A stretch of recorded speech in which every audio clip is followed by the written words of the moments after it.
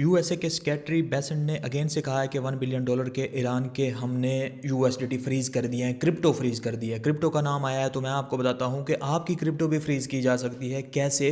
क्योंकि आपने किसी भी कॉइन में अगर इन्वेस्ट किया हुआ है, चाहे वो यूएसडीटी, यूएसडीसी है, स्टेबल कॉइन है, सोलाना या बीएनबी या कोई भी ब्लॉकचेन, इथेरियम की ब्लॉकचेन है, उसके ऊपर आपके जो फंड हैं वो फ्रीज किए जा सकते हैं। लेकिन बिटकॉइन के ऊपर क्यों नहीं किए जा सकते? रीज़न थोड़ी सी समझ लीजिए। आरपीसीज का कॉन्सेप्ट आपको समझा देता हूं, जो कि पहले कभी भी आपको शायद हमने ना बताया हो, लेकिन इसी की बेस पे ही यूएसए जो है किसी के फंड भी चाहे तो फ्रीज कर सकता है दुनिया के अंदर, क्योंकि आरपीसी बेस्ड जो कंपनीज हैं वो यूएसए की ही हैं।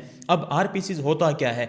एक तो सबसे पहले ये समझ लीजिए कि जब भी आप कोई ट्रांजैक्शन करने जाते हैं तो वो डायरेक्टली ब्लॉकचेन के ऊपर नहीं होती। आपकी जो बिटकॉइन है वो डायरेक्टली मोस्टली जो वॉलेट्स हैं वो ब्लॉकचेन से ही जो है कनेक्ट होते हैं और ब्लॉकचेन पे ही जो है वहाँ से डाटा फैच करते हैं और आगे ट्रांजैक्शन होती है। लेकिन बाकी जैसे यूएसडीटी या यूएसडीसी, ये दो स्टेबल कॉइन है और $1 के इक्वल होते हैं। और अगर कोई आपसे पूछे कि क्यों $1 के इक्वल होते हैं, तो इसके पीछे जो है यूएसए ट्रेजरीज की बैकिंग होती है कि जितने ये कॉइन मिंट करते हैं, मिंट का मतलब है इशू करते हैं, प्रिंट करते हैं, तो उनके उतने ही एसेट जो है पीछे से रख दिए जाते हैं उनकी बैकिंग में।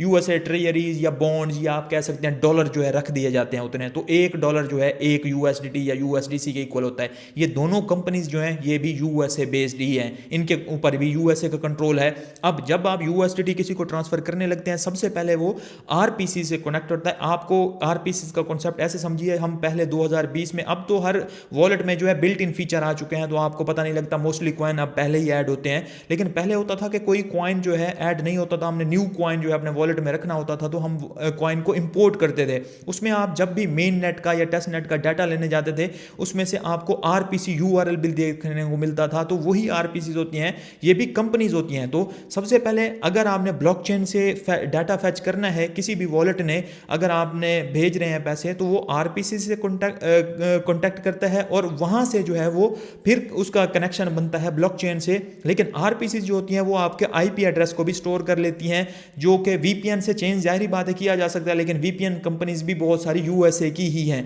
तो उससे भी आपका आईपी डाटा जब फैच हो जाता है तो वहां से जो है आपका फिर कोई भी एसेट हो वो फ्रीज किया जा सकता है। अब ईरान के साथ भी यही मसला हुआ। उसने पहले मुझे लगता है काफ़ी सारी डील जो है यूएसडीटी या यूएसडीसी में कर ली, जिसको जो है वो अनोनिमस समझ रहा था, लेकिन वो यूएसए के कंट्रोल में था। तो अब उनका कभी 300 मिलियन का, कभी 500 मिलियन का, कभी $1 बिलियन का एसेट जो है फ्रीज कर दिए जाते हैं, जो कि उनको अब लगता है कि हमें बिटकॉइन पे जाना चाहिए। अब बिटकॉइन पे अगर वो होते तो काफ़ी हद तक वो सेव हो जाते, क्योंकि कुछ वॉलेट अभी भी आरपीसी का यूज़ करते हैं बिटकॉइन में भी, लेकिन बहुत से वॉलेट जो है तकरीबन डायरेक्टली जो है बिटकॉइन की ब्लॉकचेन से डायरेक्टली डाटा फैच करते हैं और डायरेक्टली ट्रांजैक्शन हो जाती है। तो इस वजह से जो है कहा जाता है कि बिटकॉइन को फ्रीज नहीं किया जा सकता। उसके अलावा कोई और एसेट है या कोई और आप फंड ट्रांसफर कर रहे हैं या कहीं से भी, तो आपका फ्रीज किया जा सकता है। तो इसमें क्रिप्टो की डिसेंट्रलाइजेशन फिर कहां गई? ये तो सारी खत्म हो जाती है ना। तो इसी तरह से जो है कंट्रोल लिया जाता है, बाज़ औक़ात चीज़ें इसी तरह से घुसा दी जाती हैं बीच में, और फिर जो है उनके ऊपर जब डिपेंड किया जा रहा होता है तो उसको जो है कोई पार्टी किसी तरह से कंट्रोल कर ली जाती है। अब जिस तरह से क्रिप्टो में सेंट्रलाइज एक्सचेंजेस आ गई हैं, आपका फंड कंट्रोल कर लिए हैं, ये आरपीसीज वाला कॉन्सेप्ट आ गया है, इनको कंपनीज कंट्रोल कर ली हैं। ये स्टेबल कॉइन वाला कॉन्सेप्ट आ गया है, इसको कंपनीज इशू करती हैं और उन्हीं के कंट्रोल में होता है।